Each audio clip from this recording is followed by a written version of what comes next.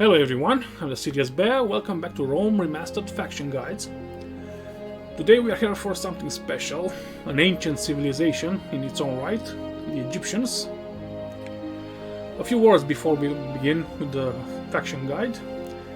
They are amongst the more ancient civilizations on this earth, appeared among the first after the Sumerians and Babylonians.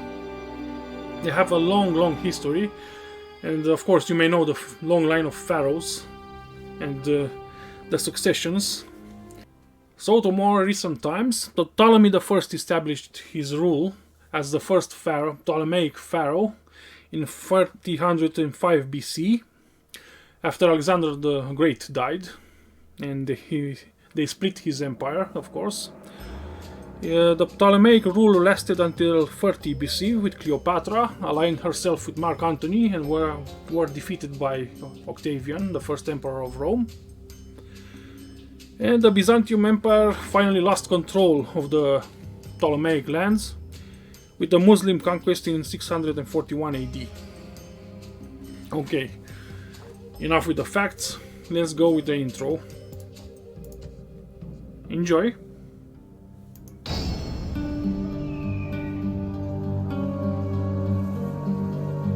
I have been in the service of Pharaoh for many years. It is my task to write down all that is decided.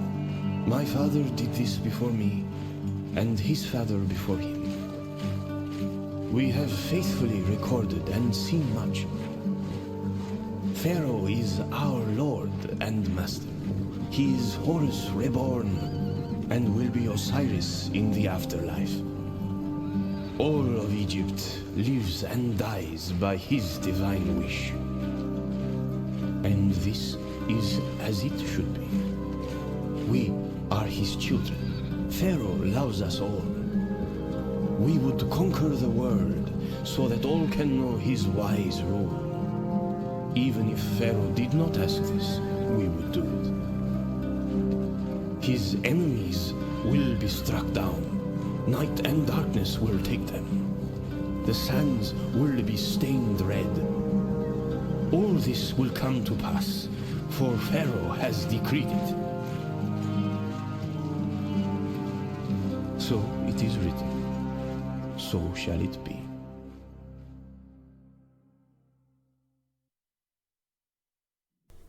Okay, so as before, all of Egypt lives and dies by Pharaoh's divine wish. So much power for a ruler. Okay, for the map, let's see what can be said. So our capital is in Alexandria. We control all of Egypt, Upper and Lower Egypt, with Memphis here and Thebes in the south. We control Salamis in Cyprus, Sidon in Phoenicia, and Jerusalem in Judea. So quite a lot of starting cities. Let's see, let's toggle the fog of war off, so you can get a better understanding of the map. Okay, so we have Siva here, controlled by the Numidians. My advice, if you would care to take it, take Siva fast and then take Cyrene fast and stop. Do not head further west, because it's Carthage's territory and you don't want to get into a fight with them. If you can, I would advise to ally with Carthage. They can be powerful neighbors, and they can help you against the Romans later, if you keep to their word. Next, head to Petra and Bostra. Take these two. Rebel settlements should be easy enough. And after that, do not bother with Dumata. Probably the Parthians will take it. After that, try to consolidate power here in Syria, in Sidon especially, and you will have a fight 100% with the Seleucid Empire. So all your steps need to prepare you for that. The economy is good. Egypt is in a very rich province and land. You have some sea trade, and if you build ports, of course, you can trade with the Greeks and with your own cities. Remember, sea trade is the most powerful trade in Rome Total War Remastered. So let's get over to the buildings. Now, as you can see, the Egyptians have the maximum tech. They can get to Pharaoh's palace. They can build epic stone walls. They can have siege engineers, foundries, secret police network, and so forth, and great estates. Now, to the temples. They have many temples. Shrine to Isis gives the public order to happiness and population growth 0.5%. Shrine to Osiris, Shrine to Imhotep, Shrine to Set, and Shrine to Horus. Let's go to the pantheons, or temple cities as the Egyptians call them. So, Temple City of Isis gives public order bonus happiness 45%, population growth bonus 2.5%, and public order due to law 10%. So build a temple city to Isis if you want to grow a city fast. Alright, the second one, Temple City of Osiris. Gives 50% happiness and 10% law and 1% population growth. This is great for public order. So build this when you want no trouble from the locals. Next up, Temple City of Imhotep. In my opinion, this is the best religion for the Egyptians. Population growth bonus per turn 2.5%. Public order bonus happiness 25%. Public order 25% bonus. Trade income bonus plus 20%, so very important. And experience bonus to troops plus 2, which is great. Build this in faraway lands when you want to train the army, especially in border cities. Next one, Temple City of Set. Happiness 45%, law 25%, population growth 1%, and another population growth due to health 1%, and public order 10%. This is all-rounder, so it's your choice. As I said, I think the most powerful temple city is to Imhotep. And the last one, Temple City of Horus. 50% happiness and law. And this upgrades light armor and light weapons. So build this in conjunction with the Temple City of Imhotep and you get morale and upgrade of weapons. In nearby cities, of course. Retrain troops and they will have a bonus, a big bonus. Alright, let's get back to the units now. Okay, so welcome to the units page of the Egyptians in Rome Remastered. They have quite a variety of units, very useful. I quite like the Egyptian army. So let's not waste time. Peasants. They are weak, they are worthless. Only useful when transferring population, as I said in my last guides. Next, Nubian Spearmen.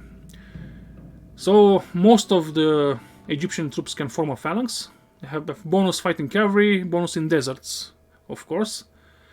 Nile Spearmen better than the Nubian Spearmen. They have better stats. Also, they have a combat bonus in deserts. Desert Axemen. These do not form a phalanx, but they have good morale. And in my experience, they are useful against armored troops. So use this whenever possible, but I still prefer the Nile Spearmen. Next is the Pharaoh's Guards.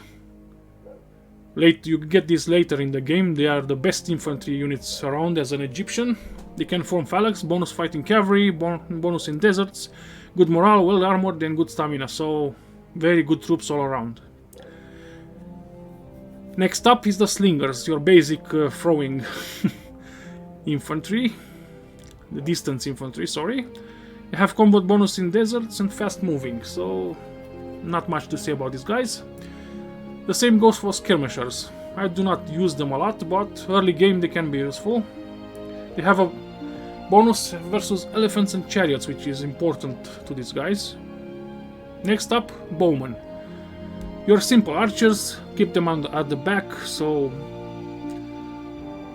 yeah, no real mentions. But these guys, Pharaoh's Bowmen, these are your elite archers. They are very, very useful and very, very good. I recommend using this whenever possible. They have a great missile attack. And they have far away missiles. They will fire far away, which is very, very useful. Place them on a hill wherever possible and they will do damage. Next up is the cavalry. Desert cavalry and Nubian cavalry are very much the same. Of course, Nubian cavalry is a little bit better. But there is a difference between the two. Desert cavalry are good versus armor. They have armor piercing, their primary weapon. And these guys have more of a shock charge. And they have a shield, so it's up to you which ones you want to use. Nile cavalry. These are your later cavalry. They have better stats all around, but are comparable to Nubian cavalry. Next up is my favorite overpowered unit in the game. Egyptian chariots. You build these whenever you get a blacksmith. They have 3 hit points, special attack, combat bonus in deserts, frighten nearby enemy infantry, and fast moving. If you have many of these, you can win battles. You can watch my Egyptian playthrough, so they are overpowered as hell. Especially in deserts. Next up, the Egyptian cavalry general provides a bonus to morale. Do not lose this guy. Egyptian chariot general. I think this is a general you get before the Marian reforms of the Romans. He is quite good, 5 hit points, so keep him safe wherever possible. Camel archers. I personally do not use camels, but if you want to try, they are good against horses, especially in proximity to them. It has a combat bonus against horses, you can see here. And they have good stamina, so it's up to you. Chariot archers. I personally do not use chariot archers, but they are similar to the normal chariots, I suppose. But they only have 2 hit points, so be careful with them, they are quite fragile. Next up, onagers and heavy onagers. They are the basic and advanced catapults of the age. Use them against fortifications and especially walls. Or towers if you want to. And if you get real lucky, you can score a hit in an enemy formation with terrible damage. Okay, I'll set up a basic Egyptian army against a Seleucid army and we'll see you there. Men, this battle is inevitable, but victory hangs in the balance. Act with courage, all noble soldiers, and victory is in our grasp. Okay, welcome to an Egyptian battle. I picked the most likely scenario. We are up against the Seleucids. So, we have basic spearmen, Nile spearmen. This map is very interesting. Let's position ourselves on the hill. I want to be at the top of the hill, if possible in every battle.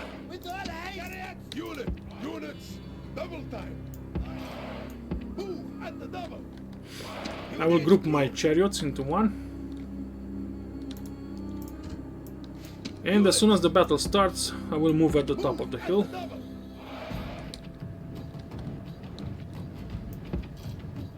Units, double time. Cavalry. Hurry.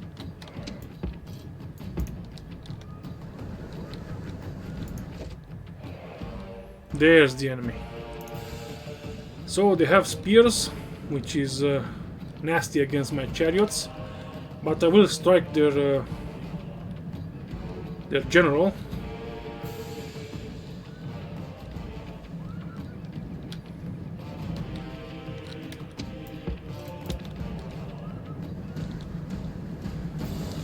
So when you have chariots, just rush the enemy. Be careful not to rush in spears. That's the basic principle.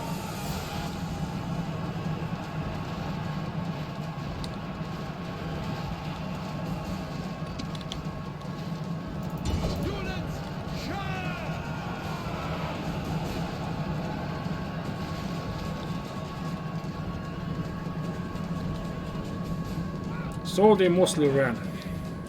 Great. They charged my spears, so bad for them. Let's get the silver legionnaires.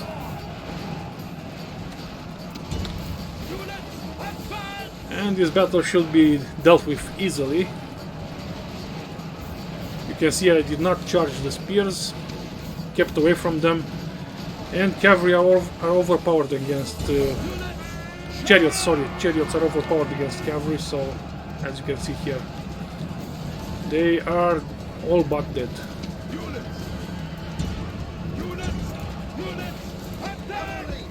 I'm keeping my general away.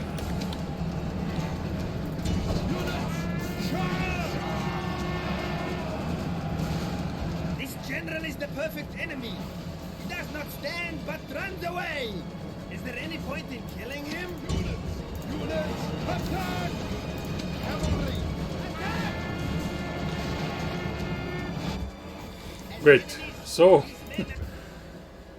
the battle is won with few casualties. Okay, so a summary of Egypt. It is a very, very powerful nation. It has the potential to win the game for you, of course. Use chariots whenever possible, although they are overpowered and a little cheesy, but I personally love to use them. It's very fun. It has a well-rounded army with good infantry, good archers, and of course good chariots. The cavalry are not the best, but the chariots do make up for it. So that's it for the Egyptians. Thank you very much for watching. Please press that like button if you enjoyed the video, and I'll see you in my next guide. Have a great day and bye.